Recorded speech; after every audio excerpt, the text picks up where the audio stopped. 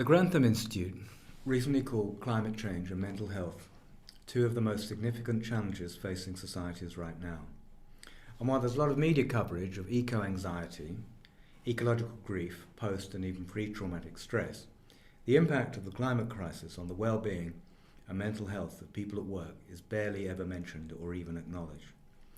We feel that there's a dangerous blind spot here, so in our new podcast series, we'll be exploring these issues with thought leaders in this space. I'm Stephen Fitzpatrick, Head of Culture and Wellbeing at Argentum. Welcome to this introduction to our podcast series entitled Climates of Change. In Climates of Change, Work and Wellbeing in the Anthropocene, we'll be putting the missing links between the pandemic and climate and biodiversity and mental health and wellbeing at work back in.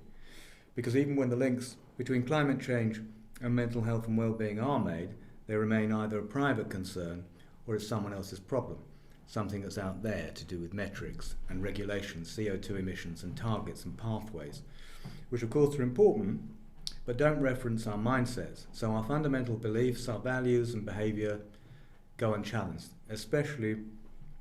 where the workplace is concerned. But that's all about to change, because the latest IPCC report calls into question the way that we're treating climate change purely as an external technical challenge. The report points out for the very first time that there's a subjective, inner or relational dimension to climate change that we need to pay attention to the way that our mindsets, our beliefs, our values and our ways of relating to ourselves, to others and the planet are both the cause of the problem and potentially a leverage point for change. And coming hard on the heels of the IPCC report is a groundbreaking piece of work by the Mindfulness Initiative on the inner dimension of climate change, which also argues changing mindsets is vital to supporting sustainability and addressing climate change. And one of the report's authors, Professor Christine Wamsler,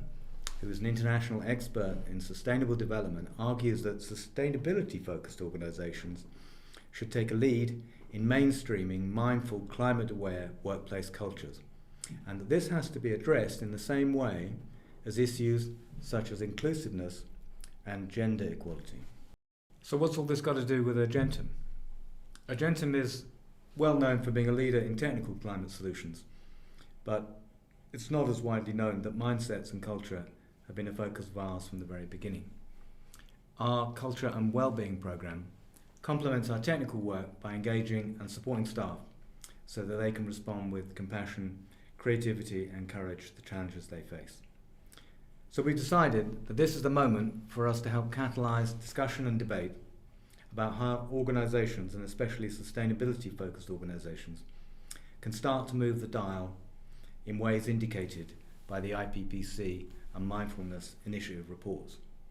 And next month we're launching our new Climates of Change podcast, in which we'll engage in dialogue with leading academic researchers and theorists, psychologists, CEOs and climate-aware culture and well-being practitioners working on the frontier of this emerging space. We'll also share some of our own successes as well as some of our embarrassing failures and insights from the innovative practices that we've been working on for the last 2 years, including our Mindfulness in Action Spontaneity Training Program, which has roots not in the wisdom traditions of Asia, but in methods developed by US psychological operations units during World War II to help their intelligence officers stay focused and safe under conditions of extreme duress. So we'll be asking questions like, do organisations in the Anthropocene have a new duty of care towards their employees? If so, what does that look like? How can we help people stay attuned to what's going on as the climate crisis intensifies and the transition to a low carbon economy really kicks in so that they're not overwhelmed but can respond creatively and compassionately to the challenges that they face? We're aiming to create a space and perhaps a community where we can share evidence-based practice as well as practice-based evidence about workplace and well-being responses to climate change. And to learn what we can from mainstream as well as marginal Western psychologies, wisdom traditions and indigenous practices, and of course to start thinking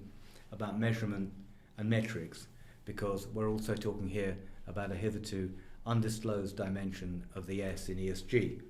So if this sounds like something you'd like to tune into, follow the link after this video to the page on our website, which has a fuller outline than I'll be able to give here, where you can sign up to get an alert for the first episode, and you'll also find links to the IPCC report, as well as the Mindfulness Institute's Inner Dimension of Climate Change report. So hope to see you there, because it's about time that we change the way that we think about climate change.